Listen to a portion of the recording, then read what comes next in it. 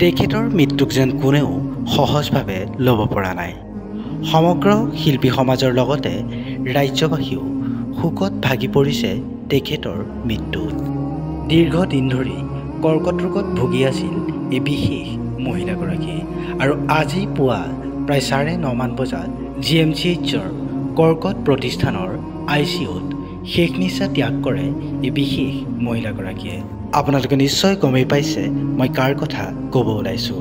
হয়, পদ্মশ্ৰী বিৰুবালা ৰাভা ডাঙৰীয়ানী আৰু নাই।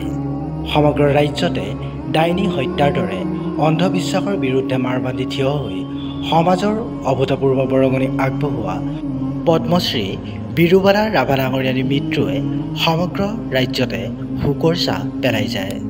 আপোনালোকে হয়তো সকলোৱে জানে যে সমাজ সংস্কাৰকে জীৱনৰ ব্ৰত হিচাপে লোৱা ৰাভা ডাঙৰীয়ানে কুসংস্কাৰ দূৰ কৰিবলৈ লোৱা সেই পদক্ষেপসমূহ আমাৰ সমাজখনলৈ যথেষ্ট অৱদান আগবঢ়ালে।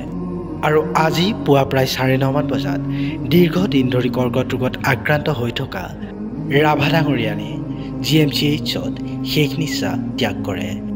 তেখেত নোহোৱা হোৱা খবৰটোৱে সমগ্ৰ ৰাজ্যবাসীকে আৱেগিক কৰি তুলিলে।